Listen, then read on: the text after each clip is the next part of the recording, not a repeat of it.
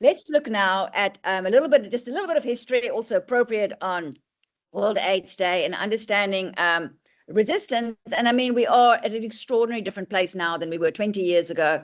And on the top here, you can see just extraordinary how our HIV deaths and our HIV new infections have actually come down since the introduction of ARVs in South Africa. And these are some stats from Prof Venta's slides. In the moment, in this year, we've got about 8 million of people living with HIV in South Africa. That's 12.8% of the population. That's an impressive part of our population that has this illness. About 6 million of them are on ART.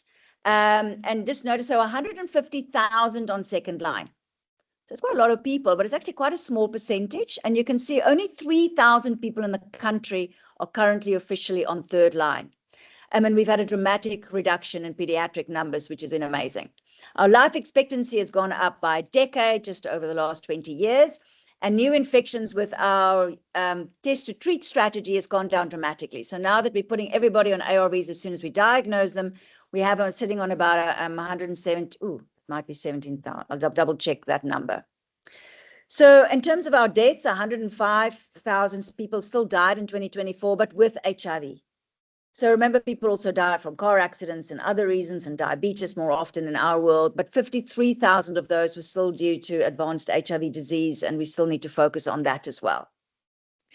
And one of the things that tells us how well our program is working is what the CD4 count is when people start ARVs, because we want to diagnose them nice and early. And this is, my numbers come down significantly. About 54,000 people with HIV started ART with a CD4 less than 200. And if we look back over the era, 1987, when we first, our first ARV came out, which was AZT, we were putting everybody in AZT, and we did. In the first trials, there was this lovely, impressive drop in viral load. But remember, AZT, not one of our most powerful drugs. But you can see when we were following people up over 2 years, there was this very worrying trend. So in 1994 already, they started combining two drugs, and we started seeing more impressive drops. But still, over 24 weeks, the viral load will start creeping up again. And so 1997, this concept of highly active antiretroviral treatment came out, which is where we realized if you give people 3 drugs and you can get that viral load suppressed, then that's actually what's going to give you the best chances long term. And we had impressive data on people progressing towards AIDS, and that progression we were suddenly able to halt with our heart. So there's actually been vast amounts of regimens over the past decade. The first line regimens that we, and the one we all need to remember, was that TFE. So at some point, some of us will still remember the old D4T days, but in the last decade, it's mainly been tenofovir and efavirenz that we've been combining, or abacavir in our children. And then the classic second-line regimen that we used to use when we were failing on our TFE was typically that AZT3TC lopinavir ritonavir. That was second line. So you needed to have a lopinavir ritonavir, a PI in that regimen. And then if you failed, or if you had side effects on the lopinavir ritonavir, we would use the atazanavir ritonavir. So then when dolutegravir came out in 2023, we were then able to create a new second line with AZT3TC dolutegravir. So that was, so that was a shift at that point. And then there were sort of various varieties on that, depending on side effects, etc. And then our third line regimens usually was quite, we'll talk quite a bit about those later, but the drugs there that we started seeing being added in was darunavir, ritonavir, and etravirine. And in the old days, we used raltegravir as well. And to move between these regimens, to go from first line to second line, you had to actually only fail for more than 3 months. So as soon as you had a viral load of more than 1,000 for 3 months, we would assume that you've lost your lamivudine and your tenofovir. And we used to then have this principle, switch them to completely different drugs. So we would keep the 3TC for that mutation, but we would switch them from tenofovir to the AZT, and then from the efavirenz either to lopinavir ritonavir, or more recently, the dolutegravir. If you were then on these regimens, we knew it was very difficult to get resistant to a lopinavir ritonavir-based regimen. So then we had this 2-year rule. You had to have been failing for more than 2 years on these regimens with a viral load over 1,000, and only then would you do a genotype. And to be able to qualify for a third line, you had to have PI resistance. You had to have lost your protease inhibitor, either lopinavir ritonavir or atazanavir ritonavir, and then we would move you on to a third line regimen. So I've realized for a lot of the new young doctors coming through and a lot of the new nurses coming through, this is actually all very mysterious and unfamiliar, even though this was our bread and butter for many years. But when you're seeing patients coming through your door, you will have patients who have had a long history of having gone through these different eras. So the thing that was then radical is the Nadia and various trials. I'll show you some of those a little bit later, which actually then showed that TLD2 as a second line was superior to AZT3-TC dolutegravir for those patients who have failed on TEE. And that was this radical thing. Well, that's weird. So they worked actually equally well. It wasn't what that was that much better, but what it was, there was much less dolutegravir resistance in the TLD2 group. And we now understand it's because of that K65R and that M184V, those particular mutations makes it much more difficult for dolutegravir resistance to develop. So it's like, wow, this was radical. And of course, TLD is a once-a-day tablet. We've been able to negotiate really cheap prices. And so we started looking at, can we get people onto TLD? So I'm also going to show you, and so 2023, we basically switched almost everybody.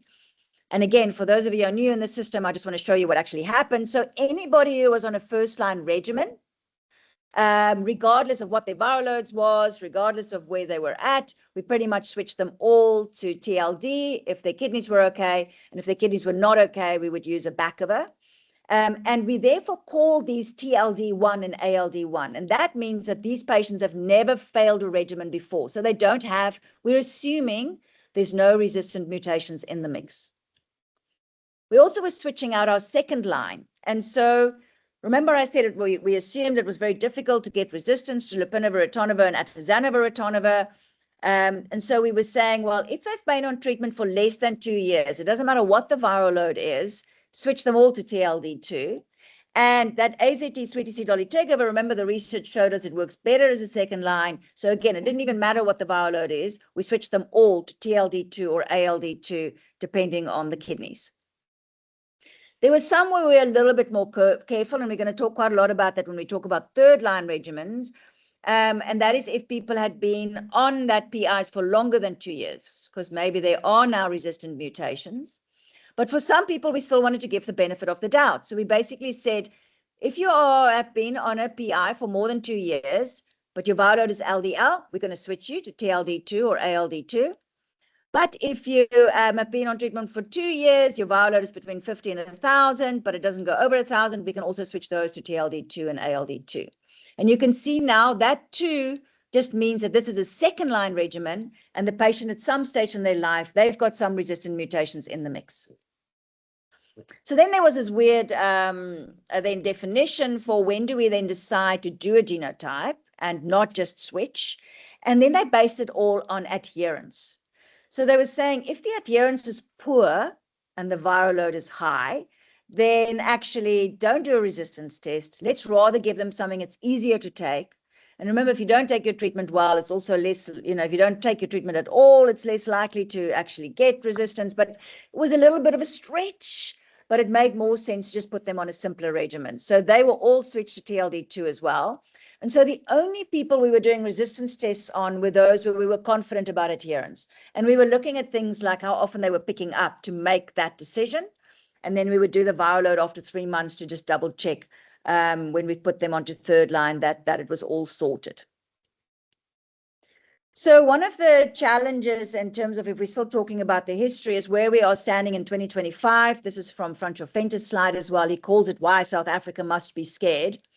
And PEPFAR has not been in South Africa providing a lot of support in terms of our rolling out of ARVs. So our ARVs are very much a DOH program. But what PEPFAR has been doing for us is been helping us with early detection and case finding. We haven't even been seeing those people. So there's been adherence counselors, there's been community healthcare workers, there's been HIV counselors and testers in our facilities, in our clinics, in our communities. And a lot of these have all been paid for by PEPFAR. And they have been going out to these particular areas and they've been accessing populations we don't normally access. So our key populations like our sex workers, our transgender people, our gay men, our prisoners, they've all been targeted through these PEPFAR programs to make sure that they get HIV prevention services. And one of the extraordinary things about this program is that currently because you can't do anything as a doctor or a nurse if your patient hasn't been tested. So the thing that's been able to get patients through the door early has been the fact that we've been testing them early. So for example, the CD4 in 2004 to 2009, the average CD4 where we were starting ARVs was 80. At the moment, the average CD4 when we are starting people on treatment is 400. That shows you how good our detection program is. So the worry is now that's all fallen away. It's gone. It's no longer there. And without all of that HIV testing and finding happening in the periphery, without all our key population programs, without all of those tracing, there's a risk that we're going to return to that lower CD4 counts at initiation with a higher risk of advanced HIV disease and death. And we have lost all our warning systems. We're not going to know that this has happened until it happens. So in summary of this little section that we've just done, the majority of patients on ARVs in South Africa at the moment is on dolutegravir.